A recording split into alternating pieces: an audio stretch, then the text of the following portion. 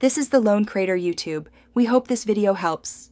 You start by stabilizing the watch in a holder and inspecting the edge to identify a snap-on versus a screw-down stainless steel back. Once identified, position a case knife at the seam for snap-on.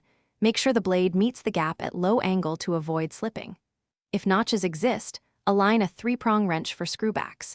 You do this now to prevent scratching and to gain mechanical advantage. Steady pressure and small shifts matter more than brute force. You proceed by using controlled, incremental force. For a snap-on, insert the blade, apply steady leverage, and pry a hair at a time until the back pops free. Don't pry wide or angle upward sharply. For threaded backs, seat the wrench in notches, then turn counterclockwise in small quarter turns, repositioning as needed.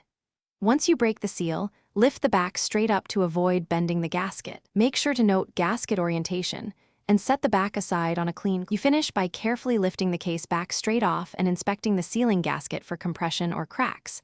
Replace it if compromised, making sure it sits in its groove. Once ready, align the back and press evenly or thread it back on with minimal torque to avoid cross-threading. If the back won't budge, avoid excessive force. Try a sticky rubber ball for increased grip, or stop and consult a professional, because forcing it risks denting the case or damaging the movement. Thanks for watching. Consider subscribing if we helped you.